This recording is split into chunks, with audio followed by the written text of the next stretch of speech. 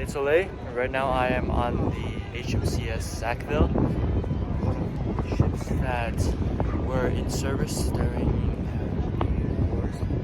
I would compare the size to, I guess, our Kingston class vessels, but it feels like it's about the same, or maybe, I just haven't been on the Kingston classes enough. But yeah, it's really cool. You can see all the weaponry is the old weaponry they got. Some big guns, right, cows, and also some hedgehogs and depth charges at the aft of the ship. So really nice ship. Behind me they got the flag flowing, right? And as you can see there, the ship is painted with this kind of light blue color. I think the hull of the ship is also painted. It made the enemy unsure of which way the ship was actually going. So that's why some of the ships were, back then in the war, they were painted with like these patterns of like blues or sometimes black and white. But nowadays we don't have that anymore, because nowadays we have radar, and so enemies would just use that to detect other boats coming. So there's no point of really using that. I'm told that it doesn't have a propeller or engine anymore, so it's just it sits here for the summer, letting tourists take a tour around the boat, and then afterwards it gets towed back to the dockyard where the CFB Halifax is. Yeah. So pretty cool.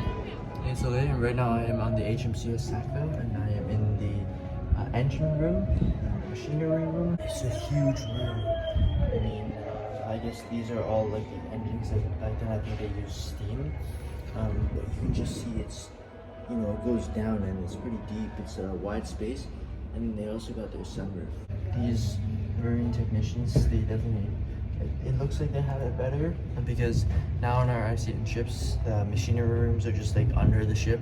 There's no light. They at least like have some light coming through, but I'm sure it was still pretty bad in here. It was hot from all the engines working to propel the ship, just all the steam and everything. So yeah, either way, it's not an easy job being a marine technician.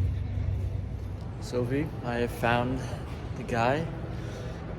Brewery District. Okay, it's tucked away inside this whole building, close to the harbour front. So yeah, that's beat your challenge right there. I really am walking GPS. And we found the guy. Finally, after looking all over Halifax, finally found this guy. That's for you, Sylvie. Hey, it's Olay, and I just fixed this bike. So I was walking around and I see two guys looking at a bike, like someone put out on the road, like I guess because it was broken, right? And so I go over, I'm like, hey, is this bike working? And they're like, no, it doesn't work. But then the guy's telling me like all these ways to fix it. It was a problem with the chain. The tension wasn't right, and it wasn't in the right gear also. So it was if you can see, it's one of these more complex ones where there's a gear here, a gear here, and then there's gears here and here, so you can change like the gears up here, right? So it's not one of those simple ones where you just loop and that's it. So with this, I had to one of the parts were jammed and it was like bent. I don't know if you can see it right back here. Sorry, it's like this tab right here. It was bent. And so what I used, you see these tools right here, to give me some leverage. And I just pried that open, kept on prying it until the chain worked. But the problem was the gear was too high up here, so I had to bring it down to a lower gear where I could actually, loop the chain into the system and have everything work. And so I was so happy when this started spinning. Like, come on, look at that.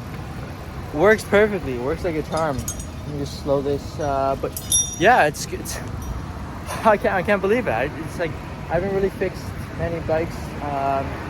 It's usually been my dad helping me fix all the bikes, but it's the first time by myself in Halifax. I'm super happy that it worked. So I'll see if I can borrow some WD-40, spray it on, good as new. I need a chain because I don't want to just fix this bike, leave it out there, someone takes it, and that's it. All my hard work was for nothing. So I gotta find a chain for this bike. Just grab a bike, fix a bike, you know? Free bike. I can't believe it actually worked. I was giving up hope. I was just gonna leave it here and just, you know, leave it for someone else who actually knows how to fix bikes. But just pried that open, fixed it somehow. My hands are really dirty from fixing that bike, but I had to just pull out the camera and record this moment, this achievement for me. I'm super happy that I was able to fix it, and now I have a bike to get around and I don't have to walk, which cuts down the distance by 2. Let's go. Yes, a bike. Hey, it's Ole. Right now I am at Burger King, and it's been quite a while since I've had Burger King. Usually back in Toronto, I remember my dad always used to go get Whopper Wednesdays, and it was really good. Back then it was just kind of like a little like routine and habit built, but haven't had it for a long time, and having it again, it was pretty good. I got the King Meal Deal, $5.99, and then I did the survey. I always do the surveys because got a free Whopper just like that. And tasting the Whopper again, it brought back like memories of before, and it was pretty good. So the reason I came here was because I missed supper at the galley because I was fixing the bike. And in hindsight, I feel like I should have just dumped the bike. Here they have lobster for their Subway. You can get lobster meat for your Subway, so that's pretty cool. So I was thinking, ooh, should I get that lobster meat from the Subway? And I flipped the coin, and turns out it was Tim Hortons for the choice of the coin flip. And then so I'm like, okay, I'll go to Tim Hortons. I walk down here, and then I see a Burger King. I'm like, I haven't had Burger King in quite a while. So I'm like, okay, let me just flip a coin again. So I flip a coin again. Turns out it's Burger King, and luckily I came to Burger King because of that free Whopper. Who doesn't like free food? So it's weird, yeah, how choices work, kind of. Like, when I flipped the coin, I guess I was leaving my food choice up to fate. I mean, this is just a small thing, small example. In life, you just have so many choices to make, but don't always worry if it's the right one or the wrong one, because, I mean, what's the worst that could have happened if I went to those places? Sure, it might have been different. I might have had a bad experience, or I might have had a good experience. Who knows, right?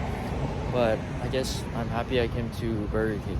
Although, the service wasn't that good. The employees of fast food restaurants are not always super zealous, but I don't know if it's because I'm used to the Toronto style of service, but I feel like here it just doesn't meet my expectations of fast food service. Like, you know, it's a fast food restaurant, and workers are getting paid like minimum wages or close to that maybe, but still, it's I feel like there should be a standard. First of all, waited quite a while to just order, and they were really busy with the drive-thru, even though it was just like me and the restaurant was pretty quiet.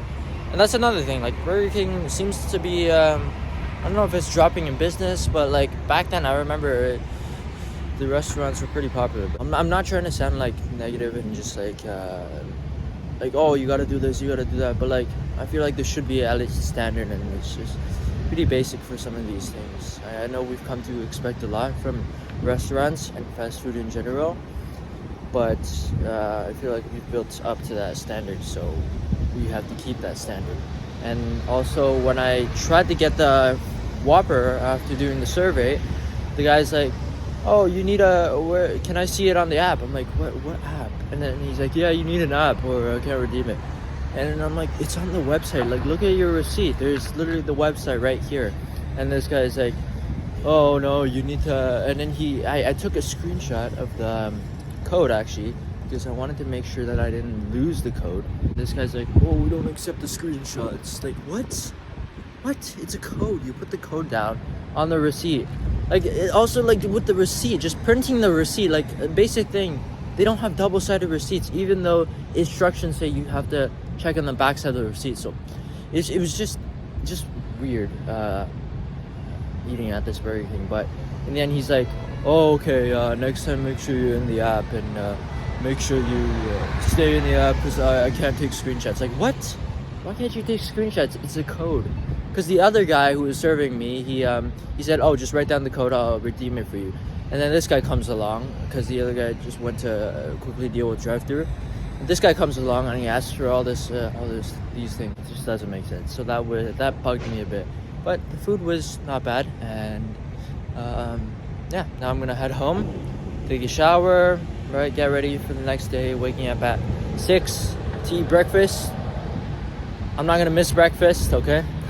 So, and then long walk to Scotian, right, and then we start a new day. So it's gonna be nice. The weekends are over and I enjoyed it, but next time I'm gonna definitely go out more. I need to definitely explore way more. So probably gonna get the bus pass and then we'll go from there. All right, I'll see ya.